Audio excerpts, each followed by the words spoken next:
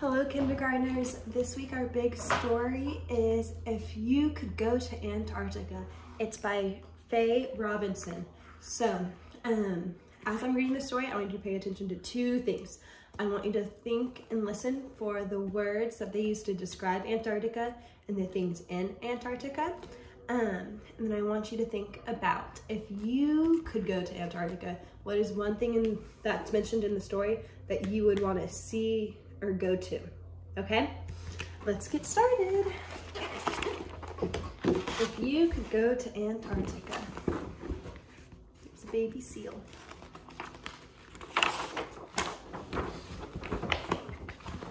If you could go to Antarctica, you'd probably leave from the tip of South America. You'd travel for days in a boat over rough, stormy seas. Antarctica is a huge continent at the South Pole.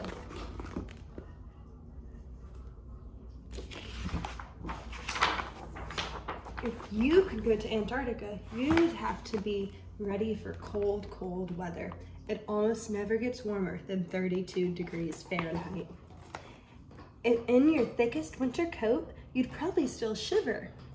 Antarctica is the coldest place on Earth.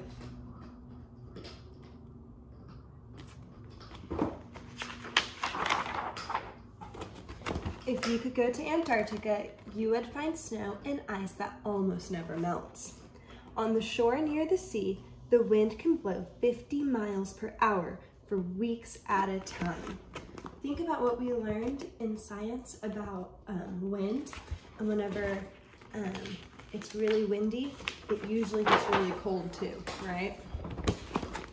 If you could go to Antarctica, you might see chunks of snowy ice breaking off, falling into the sea. These floating shapes are called icebergs. They crash like thunder as they split from the ice shelf.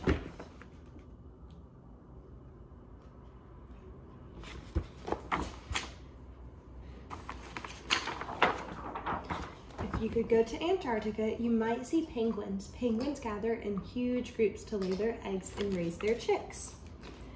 The average emperor penguin is 46 inches tall. So if you look here, the penguin, the tallest one, is about the size of that little boy. Okay. If you could go to Antarctica, you would see that penguins don't fly. They zoom through the water as fast as cars. Thick layers of oily feathers keep the cold water away. Penguins slide across the ice on their bellies.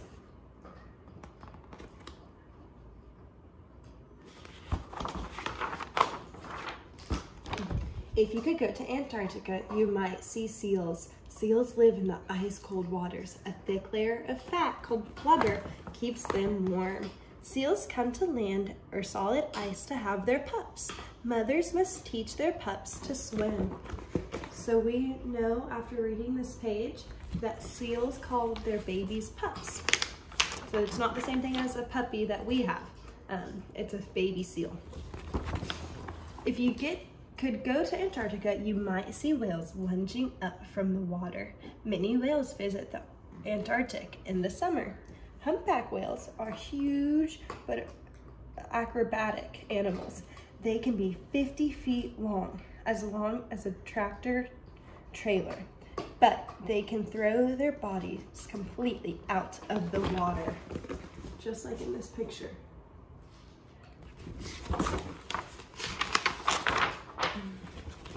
If you could go to Antarctica, you might not see many plants. Most plants can't grow in the snow. In some places along the coast where the snow melts, green mats of moss and grass sprout from the rocks. So it's not like the grass we have here. Oh, there's grass everywhere because of all the snow here. If you could go to Antarctica, you might see scientists at work. They are the only people in Antarctica.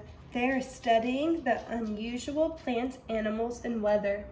No one lived in Antarctica until 1892.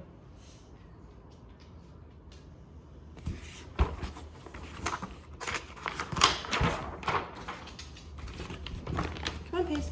If you could go to Antarctica, you would see icebergs as big as forests, white fields of snow, and huge waves crashing into sheets of ice. Antarctica is the perfect home for a few amazing plants and animals. Would you visit if you could? The end. Okay, after reading the story, there's the whale's tail. After reading this story, I want you to think if you would want to go to Antarctica and what is something you'd want to do or see, okay? Share it with your families. You can write me a note about it. You can draw me a picture. Have a great week. I'm still so proud of how hard you were working. Bye, guys.